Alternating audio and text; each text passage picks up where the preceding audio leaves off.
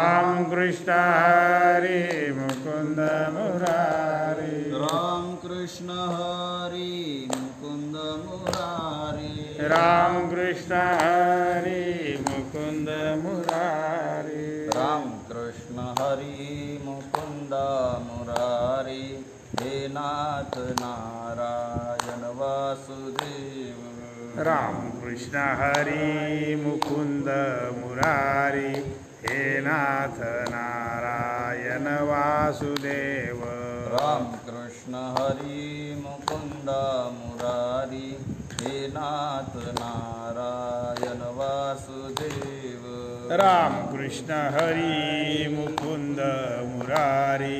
हे नाथ नारायण वासुदेव। राम कृष्ण हरे मुकुंद मुरारी। राम कृष्ण हरे मुकुंद मुरारी। राम कृष्ण हरे मुकुंद मुरारी। राम कृष्ण हरे मुकुंद मुरारी। राम कृष्ण हरे मुकुंद मुरारी। हे नाथ नारायण वासुदेव। राम कृष्ण हरे मुकुंद मुरारी। हे नाथ नारायण वासुदेव। राम कृष्ण हरे मुकुंद मुरारी। हे नाथ नारायण वासुदेव। राम कृष्ण हरे मुकुंद मुरारी। हे नाथ नारायण वासुदेव। राम कृष्ण हरे मुकुंद मुरारी। हे नाथ नारायण वासुदेव। राम कृष्ण हरे मुकुंद मुरारी। हे नाथ नारायण वासुदेव। राम कृष्ण हरे मुकुंद मुरारी। हे नाथ नारायण वासुदेव। राम कृष्ण हरे मुकुंद मुरारी। हे नाथ नारायण वासुदेव। हरि विठ्ठल श्री ज्ञानदेव आदि शक्ति मुक्ताबाई की जय। दत्तात्रेय जनार्दन स्वामी एकनाथ मुक्ताबाई की जय। ज्ञानेश्वर महाराज की जगद्गुरु तुकाराम महाराज की जय। गुरु झुंझुनू जी महाराज की जय। सद्गुरु मुकुंद महाराज की जय। सद्गुरु सखाराम महाराज की जय। तन की जय। वक्रतुंड महाकाय सूर्यकोटि समप्रभ निर्विघ्नं कुरु मे देव सर्वकार्येषु सर्वदा। वर्णानाम् अर्थसंगाणां रसानां छन्दसामपि मङ्गलानां च कर्तारो वन्दे वाणि विनायकं जन्मादस्य त्वन्वयादितरतेश्चार्थेष्वभिज्ञस्वराट् तेने ब्रह्महृदाय आदिकवये मुह्यन्ति यत्सूरयः तेजो वारिमृदां यथा विनिमयो यत्र त्रिसर्गो मृषा धाम्ना स्वेन सदा निरस्तकुहकं सत्यं परं धीमहि धर्मप्रोज्झितकैतवत्र परमो निर्मत्सराणां सतां वेद्यं वास्तवमत्र वस्तु शिवदं तापत्रयोन्मूलनं श्रीमद्भागवते महामुनिकृते किं वा परैरीश्वरा सद्यो हृद्यवरुध्यतत्र कृतवे शुश्रूषुभिस्तक्षणात् निगमकल्पतरुर्गलितं फलं शुकमुखादमृतद्रवसंयुतं पिबत भागवतं रसमालयं मुहुरहो रसिका भुवि भावुकः यं प्रव्रजन्तमनुपेतमपेतकृत्यं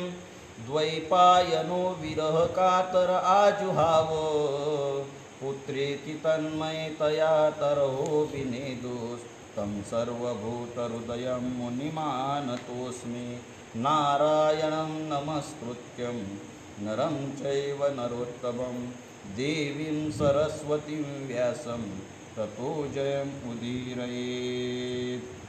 गुरुर्ब्रह्मा गुरुर्विष्णु गुरुर्देवो महेश्वरः गुरुर्साक्षात् परब्रह्म तस्मै श्रीगुरुवे नमः।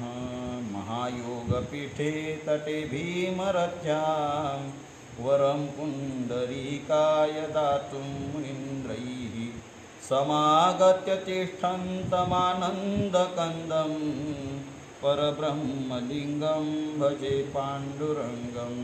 मुक्ताबाई नमो त्रिभुवनपावनी आद्यत्रे जननी देवांची मस्तक हे पायावरी या वारकरी संतांच्या शरण शरण एकनाथा पायी माथा ठेविला नका पाहू गुण दोष झालो दास पायाचा आता उपेक्षिता मज तरी हे लाज कवनासी नका पाहू गुण दोष झालो दास पायाचा तुका म्हणे भागवत केले श्रुत सकळा नका पाहू गुण दोष झालो दास पायाचा जयांची केल्या स्मरण होय सकळ विद्यांचे अधिकरण तेची वंदुषी चरण श्री गुरूंचे ते नमस्कारुणी आता सहमेवासमेवाग्रे नान्यद् यत् सदसत्परं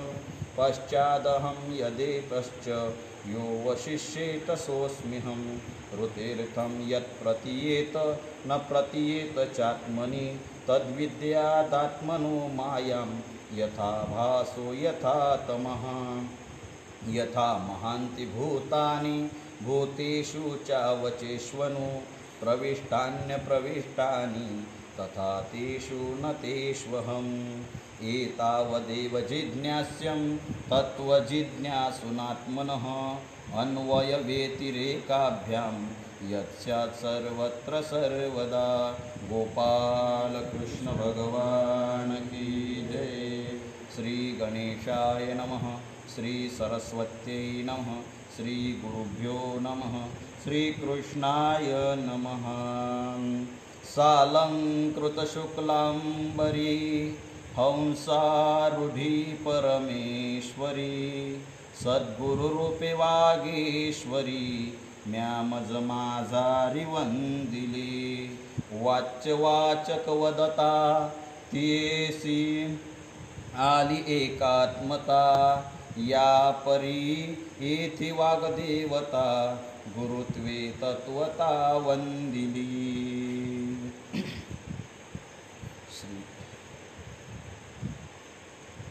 प्रस्तुत आदिशक्ती आईसाहेबांची ही नित्याची चातुर्मास्याची सेवा आजचा हा 5वा दिवस आणि या 5व्या दिवसाच्या सेवेला आपण विद्येची अधिष्ठातृ दैवत असणारे जगदंबा सरस्वती मातेच्या नमनाला नाथ महाराज आज सुरुवात करतात। पहिल्या 2 ओव्यांमध्ये नाथ महाराजांनी आपल्या सद्गुरूंना श्री गणेशाच्या रूपकातून नमन केलं।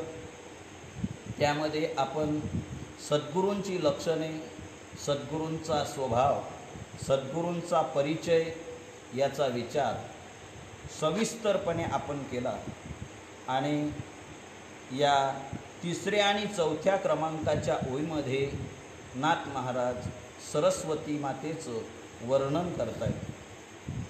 सरस्वती माता हिचं लौकिक आणि व्यवहारिक आणि आध्यात्मिक दृष्टिकोनातून वर्णन करतात।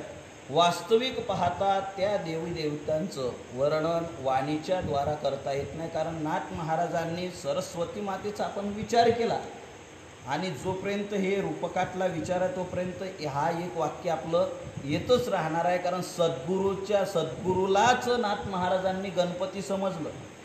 आता सद्गुरूलाच सरस्वती माता समजून नमन करतायत, कारण सरस्वती मातेच्या ठिकाणी सरस्वती मातासुद्धा विद्येची देवता आहे आणि सद्गुरूसुद्धा विद्येची देवताच आहे। कारण ज्ञान सरस्वती मातेकडून जसं प्राप्त होतं स्वरूपभूत ज्ञान, त्याचप्रमाणे लय सद्गुरूपासून सुद्धा ज्ञान आपल्याला प्राप्त होतं. गुरुतेथ ज्ञान, ज्ञानी आत्मदर्शन, दर्शने समाधान आथी जैसे. म्हणून तसं आहे, ज्ञानोबरांनी जसं म्हटलं की गुरुशिवाय आपल्याला ज्ञान कोणी देऊ शकत नाही. म्हणून ते सद्गुरूसुद्धा सरस्वती स्वरूप आहे. त्या सरस्वती मातेचा व्यवहारात्मक वर्णन करतात. सालंकृत शुक्लांबरी हंसारूढी परमेश्वरी. नाथ महाराज म्हणतात की सालंकृत शुक्ल अंबरी म्हणजे अलंकारयुक्त ती सरस्वती माता आहे.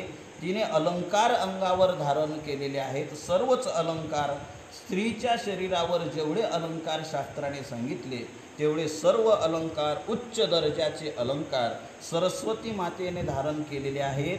आणि असं अलंकारयुक्त शोभिवंत असणारी ती माता, तिने शुक्ल अंबर म्हणजे शुक्ल म्हणजे पांढरा आणि अंबर म्हणजे वस्त्र, पांढऱ्या रंगाचं वस्त्र परिधान केलेला आहे.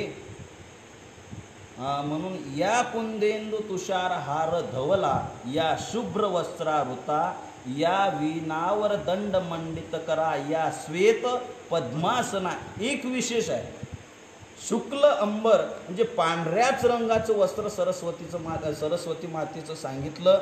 म्हणजे सरस्वती मातेचं आसन आहे तेही पांढऱ्या रंगाचंच आहे, तिचे वस्त्र पांढऱ्या रंगाचेच आहे आणि स्वरूपसुद्धा तिचं एकच पांढरं शुभ्र सांगितलं. याचं शुभ्र या शब्दामध्ये पांढऱ्या रंगामध्ये एक विचार आहे. आणि आपलं वारकऱ्यांचं आराध्य दैवत आहे ना, हे तरी कसं आहे, पांढरच आहे. पांडुरंग कांती दिव्य तेज झळकती, रत्नकिळ फाकती प्रभा, अगणित लावण्य तेज पुंजाळले, न वर्णवेते तिची शोभा, कानडाव विठ्ठलो कर्नाटको.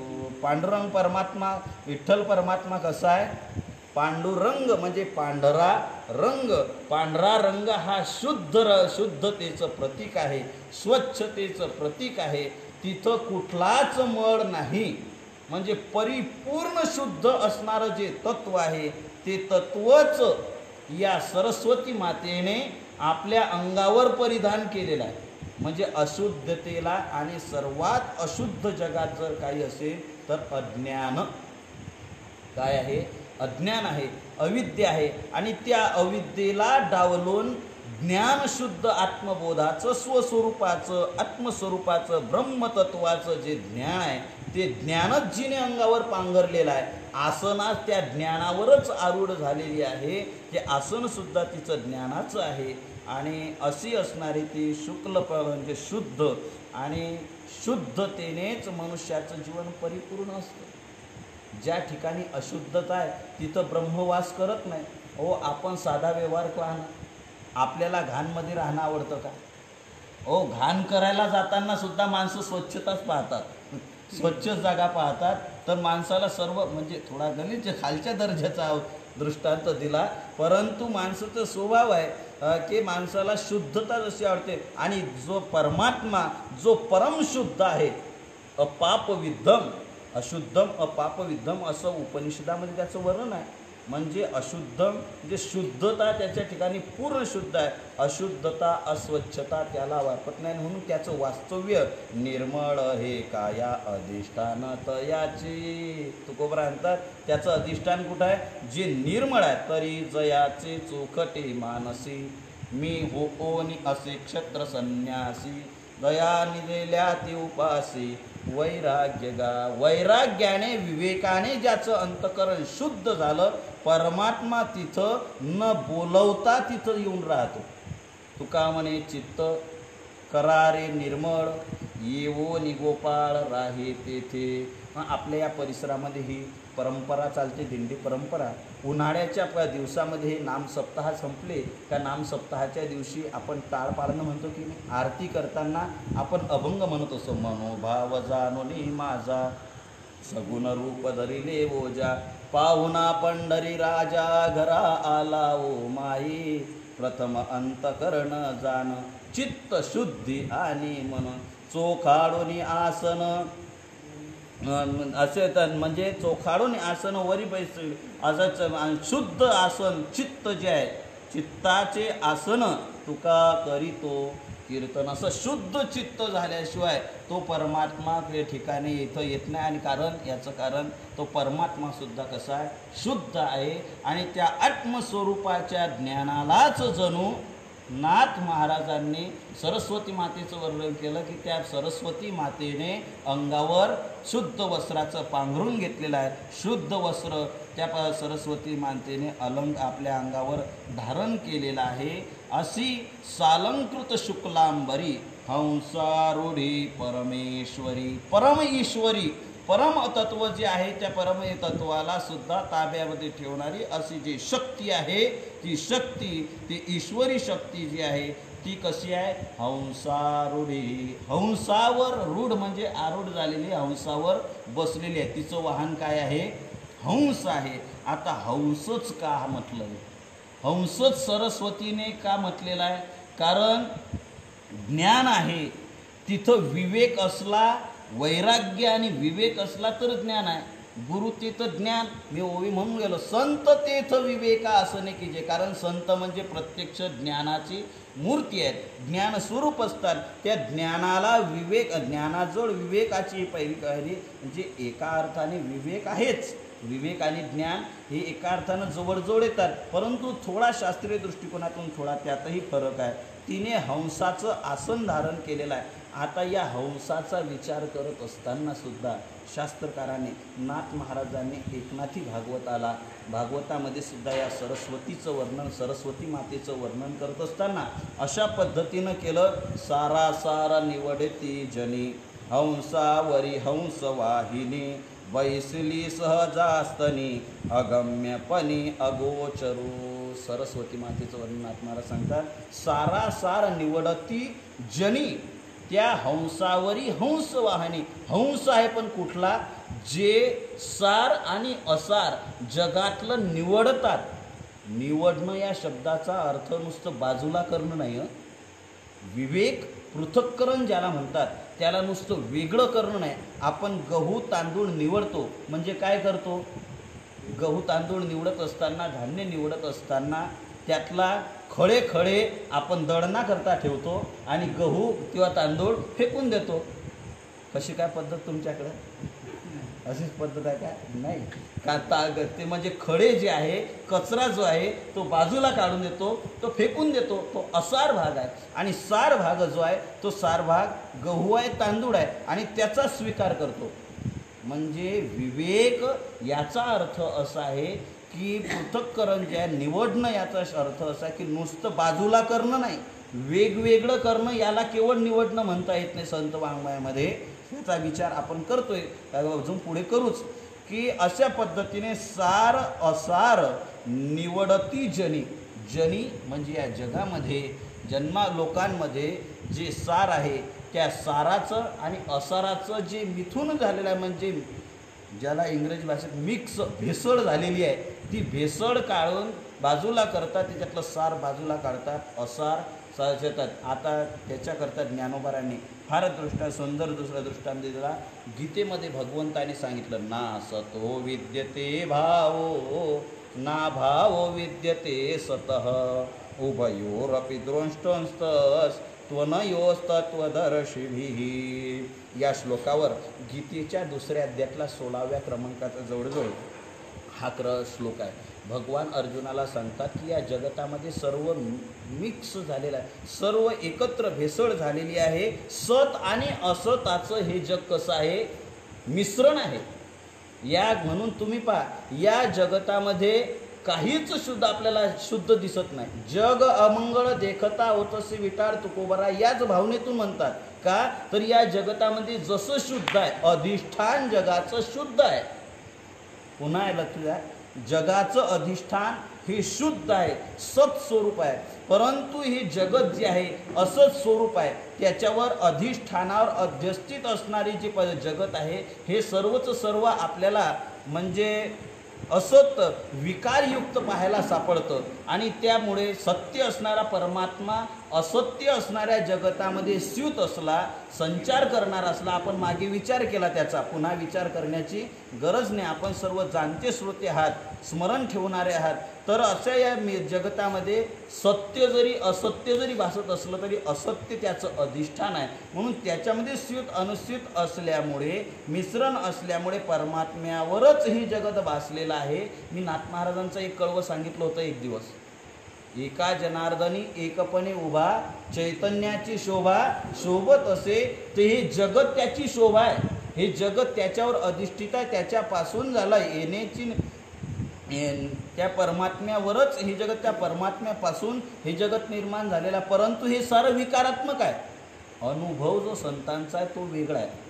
मी संतांच्या अनुभवाचा विचार नाही करत आहे. जगाचा भौतिक दृष्टिकोनातून, अजातवादाच्या दृष्टिकोनातून आपला विचार चालू नाही. शास्त्रीय भाषा आहे. विवर्तवादाच्या दृष्टिकोनातून जगत असत आहे आणि परमात्मा सत्य आहे. म्हणून तुकोबाराय परमात्म्याला जगताविषयी आणि परमात्म्याविषयी बोलत असताना सांगतात, सत्य तू सत्य तू सत्य तू विठ्ठला, कागा हा दाविला जगदाकार देवा. तू सत्य आहे. आणि असत्य जगत आम्हाला का दाखवलं? आम्हाला पाहायचंय मनुष्य देहाची निर्मिती, उपलब्धी तू कशासाठी करून दिली? परमात्म्याच्या दर्शनाकरता, सत्याच्या दर्शनाकरता. आणि तू सत्य असताना तुझ्या दर्शनाकरता जर मनुष्य देह दिला, आम्हाला दिला, तर तुझी भक्ती करून आम्हाला हे असत्य असणारं, खोटा ऐसा संसार, खोटं असणारं जगत आम्हाला तू का दाखवलं? म्हणजे जगत कसं आहे? खोटं आहे. तुकोबरायांचं एक प्रमाण आहे, तुकोबरायांचा अभंग आहे, येथे सार भगवंत. परमात्मा इथं काय आहे? सार असणारा परमात्मा आहे.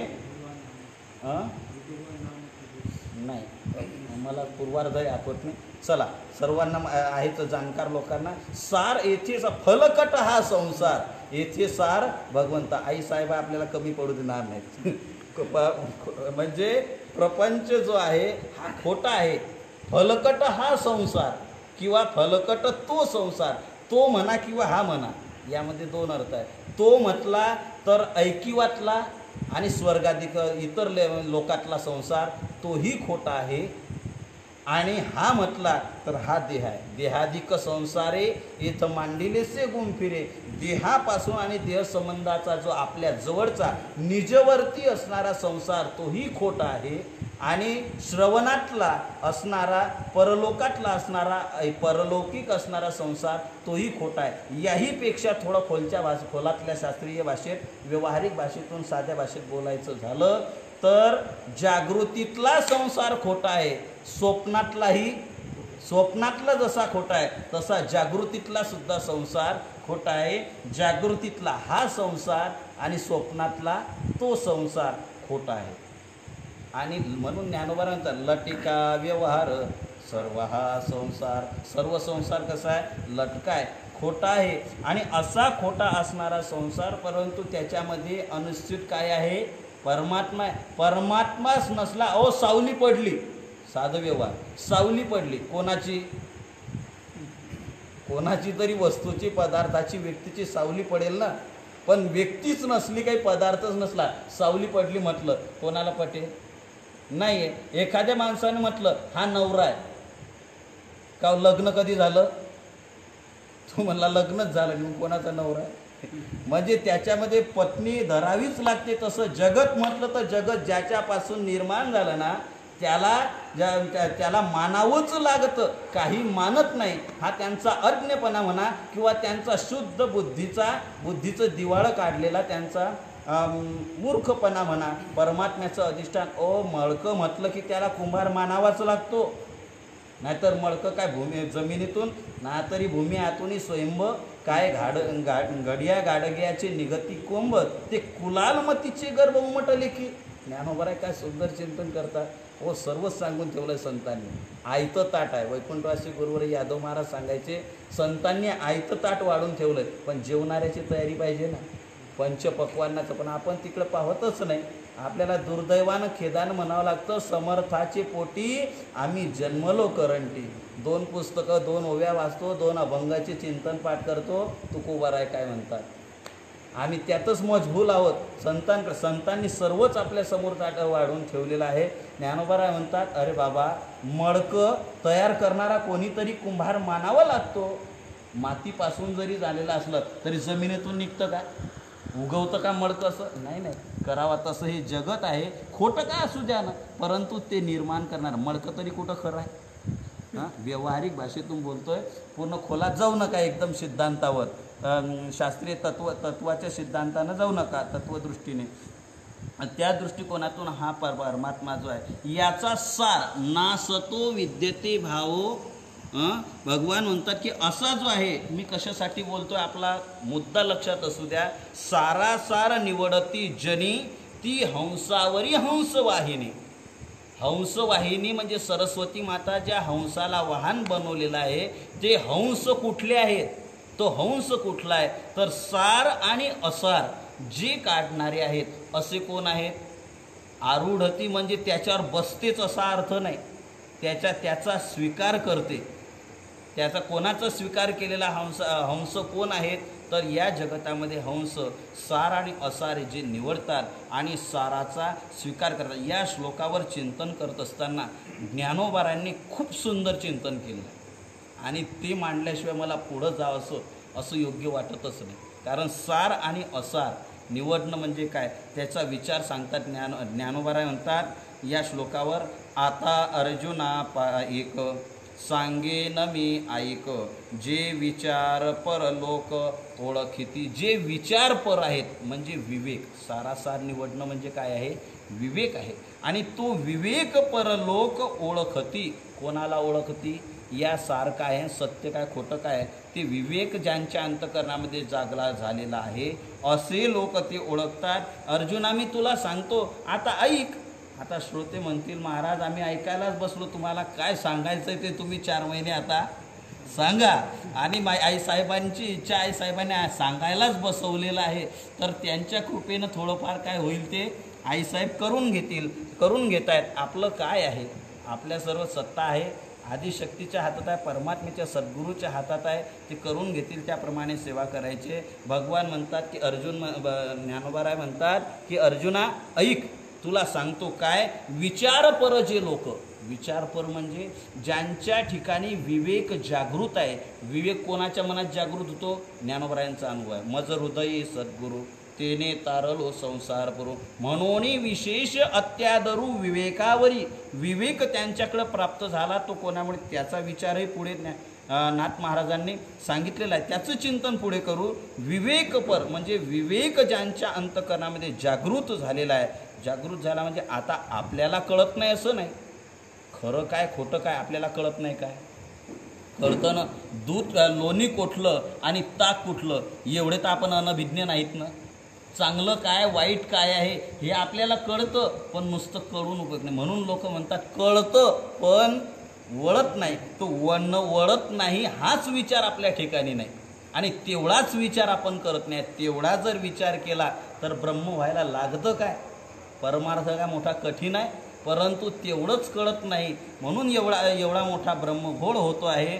तर परमात्मा तो जो आहे विचार सार संतांना कळतं आहे. त्यांना सार त्याच्यासाठी दृष्टांत ज्ञानोबारांनी फार सुंदर दिला. सिद्धांत ज्ञानोबा सांगतात, या उपाधी माझे गुप्त, जे चैतन्य असे तत्वगत, ते तत्वज्ञ संत स्वीकारिते किंवा सतत स्वीकारिती.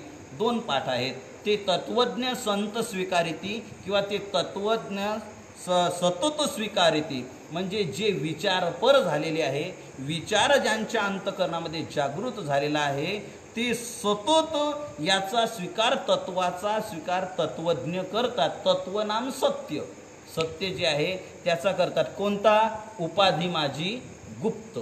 ही उपाधी म्हणजे काय? जगत हे एक काय उपाधी आहे. ओ देह तरी काय आहे?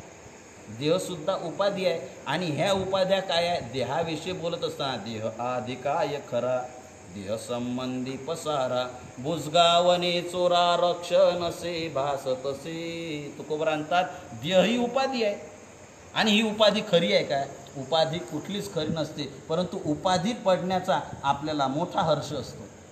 आपण उपाधीमध्ये जास्त उपाध्या कमी कराव्या तर आपण उपाध्या वाढवतो आणि त्यामुळेच उपाधीतून आपल्याला दुःख जाणवतं. परंतु संतांनी उपाधी सोडली, ही उपाधीलाच असार समजून त्याचा त्याग केला. पूर्वपक्ष धातू धिक्कारिले जग स्वये जनार्दन तेची झाले. पूर्वपक्ष जे आहे त्याच्यात तुकोबरा म्हणतात की देवतीही बळे धरिला सायाचे करोनिया नाश उपाधीचा. उपाधी जी खोटी आहे ती खोटी असणारी उपाधी तिचा नाश केला, त्याग केला आणि परमात्मा स्वरूप ते झाले. या उपाधीला त्यांनी सोडलं. पण या उपाधीमध्ये गुप्त तत्व आहे. तुम्ही सांगा परमात्मा आहे की नाही? सर्वत्र आहे. शास्त्राचा सिद्धांत पहिल्या दिवसापासून आपण ऐकतो आहे. तो परमात्मा सर्वांमध्ये अनुसूत आहे, सत्य स्वरूपाने सर्वांमध्ये विद्यमान. पण दिसतं का? म्हणून तर बरेच लोक म्हणतात की तुमचा देव, तुम्ही देव मानतात, दिसतो का? आहे तर दाखवा. बाप दाखव नाही तर श्राद्ध कर, अशा गोष्टी असतात. तसेच लोक म्हणतात देव, तुम्ही देव म्हणतात. काही काही लोक तर म्हणतात तुमचं आयुष्य टाळ कुटण्यात गेलं. घ्या, यांना टाळ वाजवतात ही अजून माहिती नाही. महाराष्ट्रात जन्माला येऊन टाळ कुटतात. हां, ठेसा कुटणं, चटणी कुटणं, बाकीचं कुटणं खलबत्त्यात याच्यात कुटणं माहिती आहे बुवा, पण टाळ कुटतात असं नाही. टाळ वाजवतात. यांना एवढंही माहिती नाही. ते म्हणतात तुमचे आयुष्य संपलं. किलोचे टाळ, 2-2 1.5 किलोचे टाळ पार पावशेवरावर आले तरी देव दिसला का तुम्हाला? देव असेल तर दाखवा. अरे बाबा, तो देव आहे, परंतु देव पाहण्याकरता दृष्टी पाहिजे ना, कारण तो गुप्त आहे, तो गुह्य आहे. आणि गुह्य असल्यामुळे, गुप्त असल्यामुळे तो दिसत नाही. गुप्त आहे त्याला काढावं काय लागेल? पाणी जमिनीत सर्वत्र आहे की नाही? जमिनीमध्ये पाणी आहे की नाही? आपल्याला जे पाणी मिळतंय हे जमिनीतून, ट्यूबवेलच्या विहिरीच्या माध्यमातून कुठून मिळतं? जमिनीतूनच मिळतं. मग जमिनीत पाणी आहे, मग दिसते का वरून? नाही. ते पाणी पाहण्यासाठी नजर पाहिजे. त्याच्यासाठी डोळ्यामध्ये अंजन घातलेलं पाहिजे. आणि म्हणून जमिनीत धन असलं ते धन पाहण्यासाठी सुद्धा ती नजर पाहिजे. तसं परमात्मा जो आहे तो परमात्मा चराचरामध्ये भरलेला आहे. अगदी सोपं, अगदी सोपं. ज्ञानोबा सांगतात दूध आहे ना, दुधामध्ये लोणी आहे की नाही? आहे ना लोणी.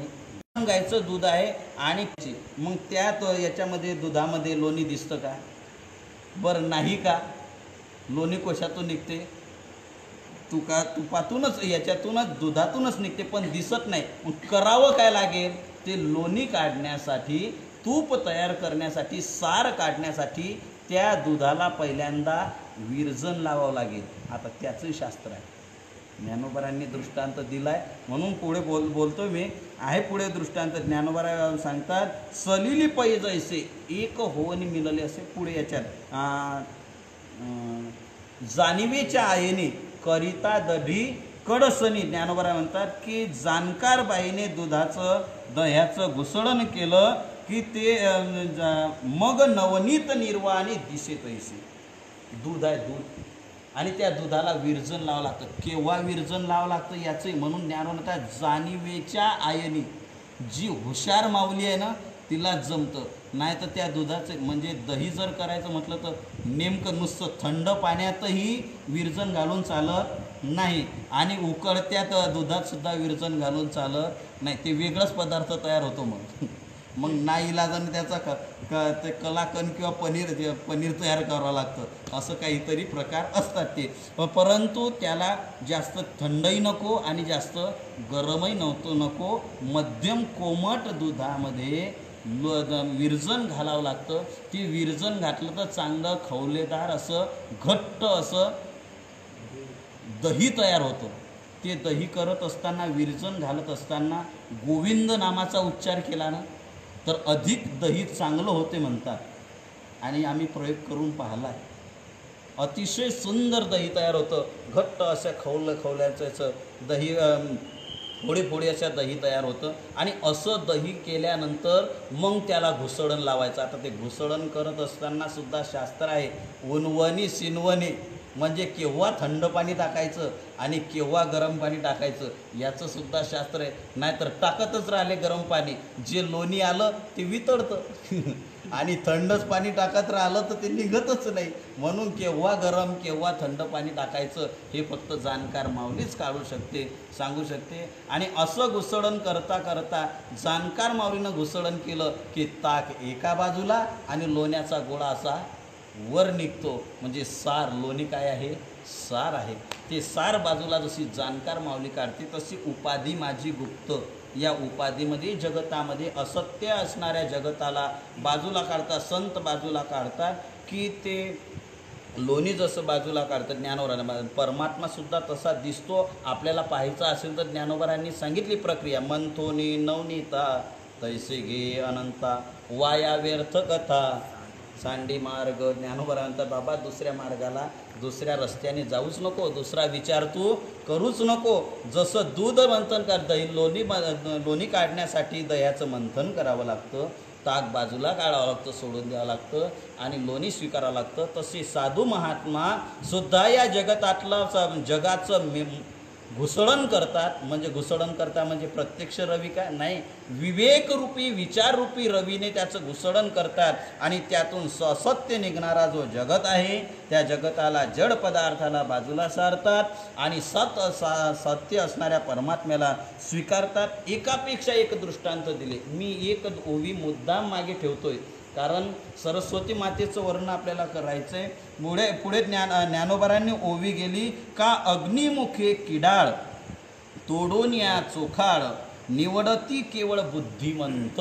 जे बुद्धिवान आहे ते काय, आता हा 16 श्रीमंताकरता दृष्टांत दिला.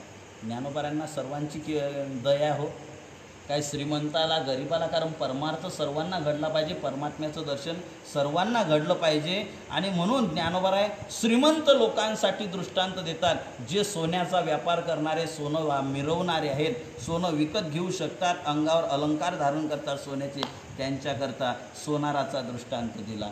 बुद्धिमान सोनार काय करतो की अग्निमुखे किडाळ, सोनं शुद्ध करण्यासाठी अग्नीमध्ये टाकतात, तापवतात आणि अग्नीमध्ये टाकल्यानंतर काय होतं, शुद्ध सोनं आहे ती बाजूला राहतं आणि किडाळ म्हणजे हिनकस धातू जो आहे कथिलाचा वगैरे, तांब्याचा वगैरे, तो काय होतो, जळून जातो आणि मग ते शुद्ध, तो जो हिनकस धातू आहे तो सोनार टाकून देतो. बुद्धिमंत सोनार तो टाकून देतो आणि जो सार सोन्याचा भाग आहे तो स्वीकारतो. त्याचप्रमाणे सिद्धांत एकच, परमात्मा सार स्वीकारतात आणि असार जगताचा त्याग करतात. पुढचा दृष्टांत अगदी शेतकऱ्याकरता, कारण एवढं सोनं घ्यायला काही शेतकऱ्याकडे एवढा पैसा नसतो. बरं दुधाचं हे करायला एवढे हे नसतं, मग ते जाणीव होते. मग एवढ्या याच्यामध्ये शेतकऱ्याला, माणसाला, महिलांकरता हा दृष्टांत समजेल घुसळणाचा, परंतु हा जो शेतकऱ्याचा दृष्टांत आहे, शेतकरी वर्गाकरता ज्ञानोबा आहे तोच सिद्धांत पटवून देण्यासाठी दृष्टांत सांगतात की भूस बी एकवट उपनिता राहे घनवट तेथ उडे ते फलकट जाणवाले.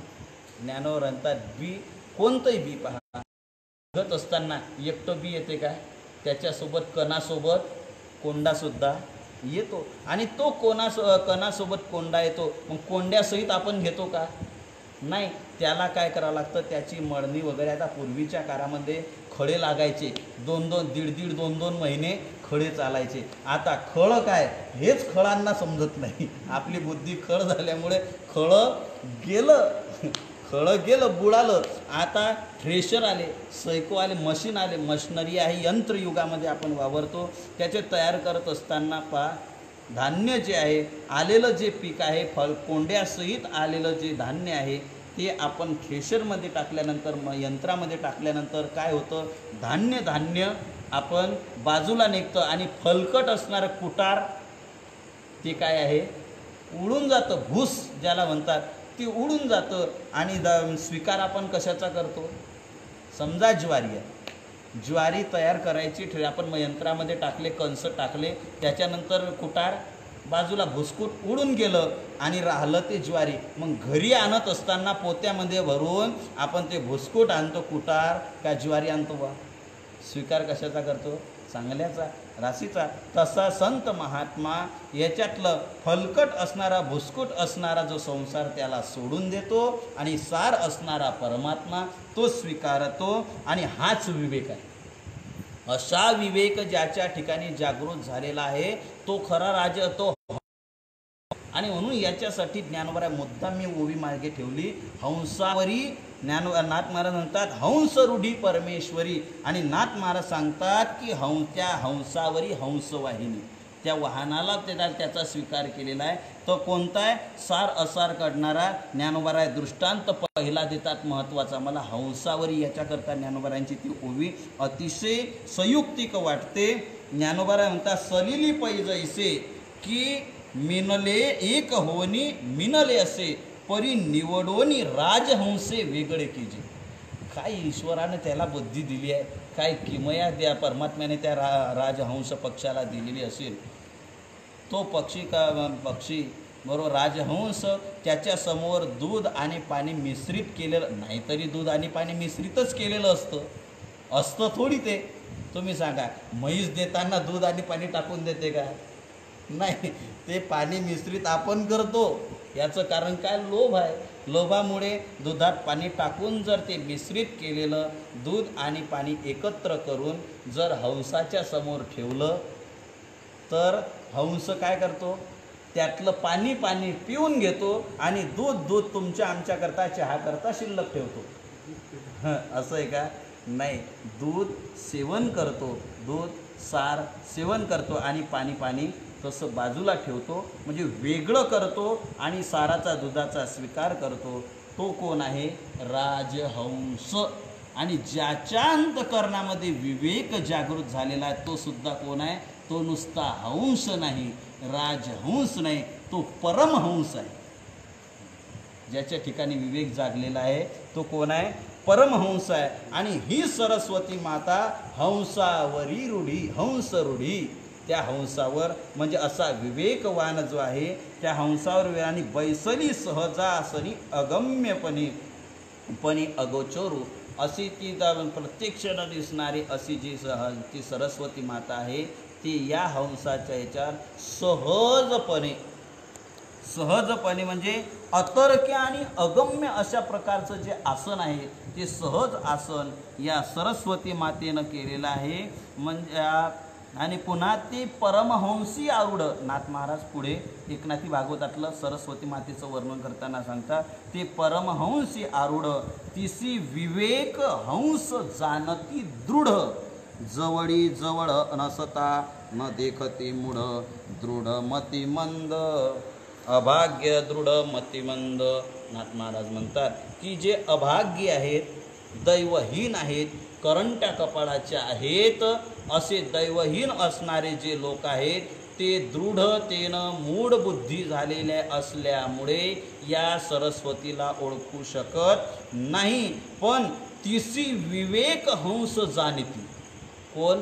ज्यांच्या ठिकाणी विवेक निर्माण झालेला आहे त्यांनाच. तुम्ही पहा, विवेक जो सार ज्याला कळालेला आहे ना त्याच्याच ठिकाणी ज्ञान प्राप्त होतं, कोणालाही ज्ञान प्राप्त होत नाही. म्हणून या सरस्वती माता त्याचाच स्वीकार करते. जे ते सरस्वती मातेला ते परमहंसी आरूढ ते त्याच परमहंसांवर त्याच सारासार ज्यांना कळतं आणि साराचा स्वीकार करून असाराचा त्याग करतात. सरस्वती माता सांगते की त्याच साधकाचा स्वीकार सरस्वती करते. नाहीतर प्रत्येकाला ज्ञान झालं असतं ना हो. ज्ञान कोणालाही का होत नाही. सरस्वती सर्वांच्या ठिकाणी आपल्याकडं ज्ञान आहे नाही असं नाही. ज्ञान स्वरूप परमात्म्याचे अंश आपण असल्यामुळे आपल्याकडं ज्ञान आहे, परंतु आपल्याकडं सामान्य प्रतीचं आणि पोटाचं थडगं भरण्याचं रोजीरोटीचं ज्ञान आहे. याच्या पलीकडं आपल्याला म्हणून परमात्म्याचं पूर्ण यथार्थ ज्ञान आहे नाही. परमात्म्याचं यथार्थ ज्ञान नाही. बरं असून मी थोडं आता पुढे पाऊल टाकून बोलतोय, थोडं पुढच्या टप्प्यावर जाऊन बोलतो. ज्ञान काहींना आहे नाही असं नाही. जगात परमात्मा नाही आहे असं कोणाला माहिती नाही. आता आपण आहे, आपल्याला माहिती नाही काय हो. सांगता सांगता तोंडाला फेस योच तर सांगतो आम्ही की जगात परमात्मा आहे. सब जग में खुदा भरा है. दुसऱ्या धर्माचे लोकसुद्धा सांगतात सर्वत्र परमात्मा आहे. मग असं असताना बरं मानतो का आपण? ऐका, परमात्मा सर्वत्र ठिकाणी भरला आहे ही त्याची व्यापकता आणि त्याची सर्व सत्ता, प्रभुता, सामर्थ्य जर माणसाच्या लक्षात आलं तर माणसाकडनं पाप घडणारच नाही. परमात्मा सर्वत्र भरून उरलेला ही व्यापकता आहे. मी पाप करतोय, मी चोरी करतोय, मी दोष घडतोय माझ्याकडनं, मी दोष करतोय, चुका करतोय, हे पाहणारा परमात्मा प्रत्येक ठिकाणी भरून उरलेला आहे. ही व्यापकता जर कळाली तर आपण पाप करायला प्रवृत्त होणार नाहीच, आपल्याकडनं चुका होणार नाहीच. आणि सामर्थ्य जर त्या परमात्म्याचं आपल्याला कळालं, त्या सामर्थ्याचा स्वीकार जर आपण केला तर आपण त्याच्या भीतीने आपण दुसरे परमात्म्याच्या सामर्थ्याचंही ज्ञान नाही, शब्दज्ञान, आणि शब्दज्ञानाने माणसाचा उद्धार होत नाही. ते शब्दज्ञान फक्त बोलण्याच्या उपयोगात आहे आणि बोलण्यातून परमात्मा प्राप्त होत नाही. अनंत वाचाळ बरळती बरळ त्या कैसा गोपाळ किंवा दयाळ पावे हरी. त्याला दयाळू असणारा परमात्मा प्राप्त होईल का? नायमात्मा प्रवचनेन लभ्या. उपनिषद सांगतं नुसत्या बोलण्यातून परमात्मा प्राप्त होत नाही. तर तुकोर म्हणतात घरोघरी झाले अवघे ब्रह्मज्ञान. प्रत्येकाला ब्रह्मज्ञान झालेला आहे, देव आहे, परंतु तो आम्ही स्वीकारत नाही. आणि म्हणून आपल्या सरस्वती मातेची आपल्यावर कृपा होत नाही. ती हंसावर राहते ज्याने सत्याचा स्वीकार केला अशा. परंतु अज्ञान लोक जवळ असून सुद्धा ज्ञान आपल्याला दूर नाही. ज्ञान परमात्मा आपल्यापासून दूर नाही, जवळच आहे. तुझा आहे तुझं पासी, परी तू जागा भुललासी. ज्ञानवर म्हणतं की आपल्या जवळ आहे पण आपल्याला दिसत नाही का? एक मनुष्य प्रवासाला निघाला. थोडे पावसाळ्याचे दिवस, पावसाळा ओसरला होता आणि पुढे याला सुरुवात झाली होती, हिवाळ्याला सुरुवात होते. अशा मधल्या टाईममध्ये एक प्रवासी प्रवासाला चालला. पाऊस बंद झाला आणि सर्व नद्या नाले सर्व वाहत होते, परंतु वाहनही बंद झाले.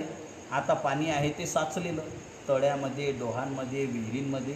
आता हा मनुष्य रस्त्यानं चालला, जंगलामध्ये चालत असताना त्याला तहान लागली. बरं, त्यावेळेस बिस्लरीची काही सोय नव्हती की वॉटर बॅग किंवा बिस्लरीसोबत घेऊन जाईल. रस्त्यानं चालला, तहान लागली, काय करावं? आजूबाजूला पाहतो त्याला पाणी दिसलं नाही. एकच योगायोगाने त्याला मनुष्य दिसला. त्याला विचारलं का हो तुम्ही या जंगलामध्ये नित्याने असत असाल, इथं कुठं पाणी मिळेल तर सांगा, पाण्याचं ठिकाण कुठं असेल तर, मला तहान खूप लागली. त्या माणसाने सांगितलं ओ पाणी हे काय जवळ 2 पावलं गेले की पुढे तळं आहे, त्या तळ्यात पाणी आहे, घ्या पिऊन पाणी घ्या. पाणी पिऊन घ्या. आता त्याला आनंद झाला कारण तहान लागलेली होती. तो तिथपर्यंत तळ्यापर्यंत गेला, तळ्याच्या काठ्यापर्यंत गेला. तळ्यात पाणी फुल तुडुंब भरलेलं होतं तळं, परंतु त्याला तिथं गेल्यानंतर तो परत आला. म्हणलं का हो तुम्ही प्रवासाची चेष्टा करतात, तुम्हाला सांगायचं नव्हतं तर नका सांगू, कशाला हैराण करतात? तर म्हटलं ओ भाऊ खरंच पाणी आहे तिथं, तळं आहे, भरलेलं आहे. तो म्हणे सर्व हिरवगार तर दिसतंय, पाणी कशाचं आहे? तो म्हणलं हो तुमचा गैरसमज झाला. ते पाणी आहे परंतु तुमच्या लक्षात आलं नाही त्या पाण्यावर शैवाळ आलेला आहे आणि तो शेवाळ बाजूला करा. पाणी आहेच. संत वाङ्मय शास्त्रामध्ये त्याला मराठी साहित्यात त्या शुद्ध भाषेमध्ये त्या शेवाळाला बाभोळी म्हणतात. ज्ञानोबा म्हणतात बाभोळी सारावी हाते, पाणी आहेची आई ते हातानं बाजूला पाण्यापर्यंत गेला पण दिसलं नाही. त्याचा विश्वास त्याच्यावर नव्हता. आणि दुसरी गोष्ट त्याला कारण बुद्धिमूढ झालेली होती, त्याला कोणीतरी विवेकाने सांगितलं. तसा ज्ञान आपल्या हृदयातच आहे, कुठून विकत आणावं लागत नाही. ज्ञान कुठं विकत मिळत नाही, आपल्या हृदयात आहे. परंतु ते विवेक, वैराग्ययुक्त विवेक जोपर्यंत आपल्या मनात जागृत होत नाही तोपर्यंत सरस्वतीची कृपा होत नाही. आणि ते ज्ञान, आत्मज्ञान सरस्वतीचं म्हणजे सद्गुरूची कृपा सरस्वतीची आपल्यावर प्राप्त होत नाही. आणि ती प्राप्त झालं की परमात्म्याचं ज्ञान झाल्याशिवाय राहत नाही. आणि अशी सरस्वतीचं ज्ञानवर नाथ महाराज म्हणतात की ते परमहंसी आरूढ तिसी निज हंस जाणती दृढ. ते निजहंस हंस जे आहे ते निज स्वरूपाला जाणणारे विवेकवंत विवेकहंस जाणती दृढ. जे विवेकवान झालेले आहे ते विवेकवान त्या सरस्वतीला जाणतात आणि अशाच विवेकवंतांना सरस्वती जवळ करते, तिचं वाहन करते. म्हणून नाथ महाराज म्हणतात हंसारूढी परमेश्वरी. परम ईश्वरी म्हणजे श्रेष्ठ अशा प्रकारची असणारी जी सरस्वती ईश्वरी आहे, शक्ती आहे, ती सद्गुरूपे वागेश्वरी म्या मज माझारी वंदिली. नाथ महाराज म्हणतात ते सद्गुरू रूप सरस्वती माता मी माझ्यामध्येच नमन केली, दुसरीकडे कुठं शोधावं लागत नाही. माझ्या वाचण्यामध्ये मला पूर्ण आठवत नाही, उत्तरेकडे एक ब्रह्मानंद संत होऊन गेले. त्या ब्रह्मानंदांचं हिंदी पद आहे धुंडना नाही पडता बंदे. त्यांचं सद्गुरूंचं वर्णन करत असताना ते म्हणतात की मला पुढचं नाही आठवत, पण तेवढं सांगतो, त्याचा पुढचा भाव सांगतो की सद्गुरू तत्व हे शोधावं लागत नाही, ते आपल्याजवळ आहे, हृदयात आहे. म्हणून मी सुरुवातीला एक ओळी मगाशी बोलून गेलो, त्याचा पुनरुच्चार करावा असं वाटतं मला की मज हृदयी सद्गुरू. त्यानुसार म्हणतात नाथ महाराज म्हणतात म्या मज माझारी वंदिली. सरस्वती सद्गुरूरूपी सरस्वती मी नमन केली, पण तिचं काय देवळात जाऊन नाही, कुठं मंदिरात जाऊन नाही, कुठं जंगलात जाऊन नाही, तर माझ्यामध्येच मी तिला पाहिलं सरस्वती मातेला. आणि ती सरस्वती दुसरी कोण आहे? माझे सद्गुरू आहे. आणि सद्गुरू कुठं आहे? मज हृदयी सद्गुरू. माझ्या हृदयामध्ये असणारे ते सद्गुरूरूपी सरस्वती माता, विवेकाचा स्वीकार, विवेकाला जो धारण करणारी, ती विवेकासहित असणारी जी सरस्वती आहे, हंसावर विवेकावर आरूढ झालेली, ती माझ्यामध्येच मी पाहिली. आणि त्याच्यामुळे काय झालं, ज्ञानोबराय जसा अनुभव सांगतात, म्हणून विशेष अत्यादरू विवेकावरी. सद्गुरूला हृदयात पाहिलं म्हणून विवेक आहे, आणि संताशिवाय विवेक आपल्याला पाहायला सापडत नाही. चंद्रतेथ चंद्रिका शंभुतेत अंबिका संततेत विवेका असणे. की जे जिथं चंद्र आहे तिथं चंद्रिका आहेत, जिथं भगवान शंकर आहे तिथं जगदंबा पार्वती माता आहेच. तसेच जिथं संत आहे तिथं विवेक आहेच नाही. ज्याच्याकडं विवेक आहे तोच संत आहे, ज्याच्याकडं विवेक आहे तोच संत आहे. आणि हा विवेक आपल्याला संताशिवाय दुसरीकडं कुठं पाहायला सापडत नाही. तुकोबरा सांगतात की हा विवेक कुठं मिळतो, हा विचार आपल्याला संताशिवाय दुसरं कोणी देऊ शकत नाही. बैसता संता ते संगती कळो आली कमळापती आपुले कोणीच नवती निश्चय चित्ती दृढ झाला. हा निश्चय झाला, हा विचार आम्हाला कळाला. कुठं? म्हणा संसदेत. हा विचार कुठं गेला? आपुले कोणीच नवती, आपलं कोणीच नाही. सांगा कोण आहे आपलं? आपलं कोण आहे? आईबाप आपले आहे? घरदार आपला आहे?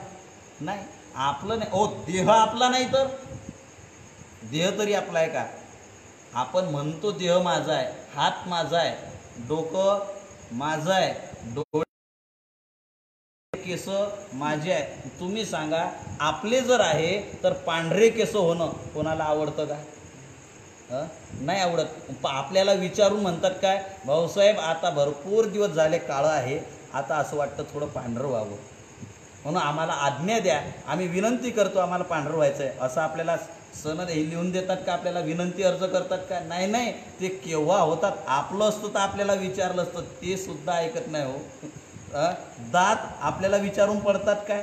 नाही. हे काहीच आपलं नाही, इथं काहीच आपलं नाही. सर्व कोणाचं आहे? आपण आपलं समजतो, हा आपला दीर्घ व शहाणेपणा आहे. आपला दीड शहाणेपणा आहे. आपण त्याला आपलं समजतो, परंतु आपलं काहीच नाही आहे, ते सर्व परमात्म्याचं आहे. पैसा आपला समजतो, पैसा आपला आहे नाही. धन हे कुबेराचे, देह हे काळाचे, धन कुबेराचे, त्याचे मनुष्याचे काय आहे? फक्त निमित्त केलं त्या बाबानं, आपल्याला बुजगावनं बसवलं, बुजगावनं. फक्त तुम्ही पहा होतं याच्यात, परंतु आपलं काहीच नाही. कवनाचे गणगोत, कवनाचे मायबाप, कवनाचे गणगोत, मृग जळवत जाईल र. या ज्ञानवरांचा बाबा काहीच आपलं नाही. अंत काळामध्ये फक्त परमात्म तत्वच आपलं आहे.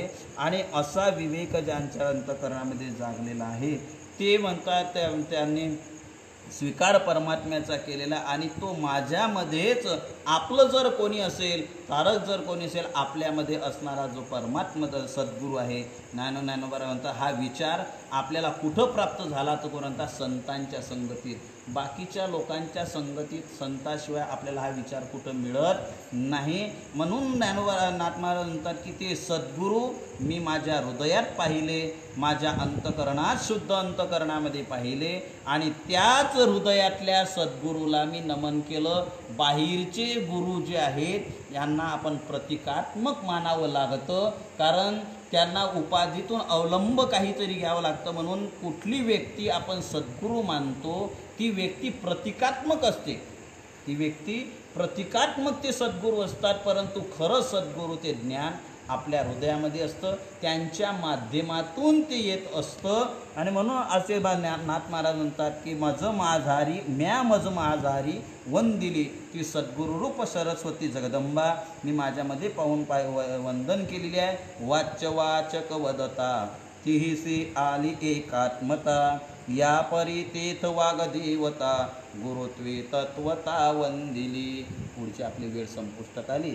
या ओवीचा विचार, पुन्हा सरस्वतीचा विचार, एकरूपता या रूपाचा विचार, सरस्वती मातेचा सद्गुरूचं वर्णन नाथ महाराज करतात. आजची वेळ संपली. आजच्या प्रवचनाच्या चिंतन सेवेला इथंच विसावा देऊ. आईसाहेब मुक्ताईंच्या श्रीगुरूंच्या संतांच्या परमात्म्याच्या चरणी आजची सेवा समर्पित करून आज आपण विसावा घेतो. उद्याच्या दिवशी सरस्वतीचं वर्णन आणि पुढच्या ओवीमध्ये नाथ महाराजांनी पुन्हा तेच आपल्या सद्गुरू संतांचं पुढे संतांचं वर्णन 2-4 ओव्यामध्ये केलेला त्याचा विचार उद्याच्या चिंतनामध्ये आपण करू.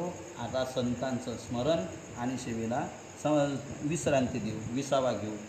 कुंडलिक वरदा हरी विठ्ठल श्री ज्ञानदेव तुकाराम आदिशक्ती मुक्ताबाई की जय.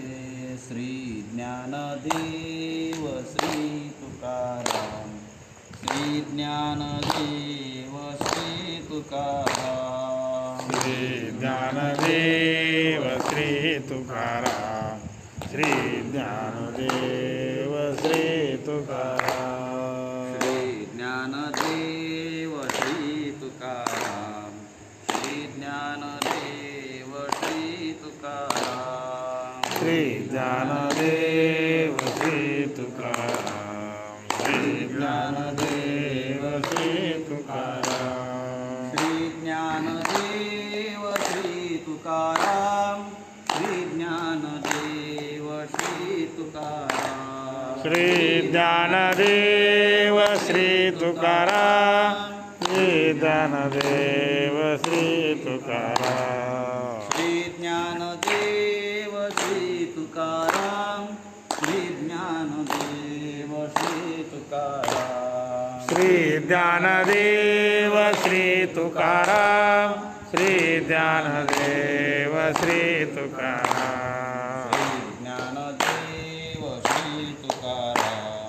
श्री ज्ञानदेव श्री तुकाराम, श्री ज्ञानदेव श्री तुकाराम, श्री ज्ञानदेव श्री तुकाराम, मुक्ताबाई मुक्ताबाई मुक्ताबाई मुक्ताबाई मुक्ताबाई मुक्ताबाई मुक्ताबाई मुक्ताबाई आदिशक्ती मुक्ताबाई आदिशक्ती मुक्ताबाई योगमाया मुक्ताबाई योगमाया मुक्ताबाई ब्रह्मचित्कला मुक्ताबाई ब्रह्मचित्कला मुक्ताबाई विश्वव्यापक मुक्ताबाई विश्वव्यापक मुक्ताबाई जगत्र जननी मुक्ताबाई जगत्रे जननी मुक्ताबाई श्री संत मुक्ताबाई श्री संत मुक्ताबाई दासा ठाव द्यावा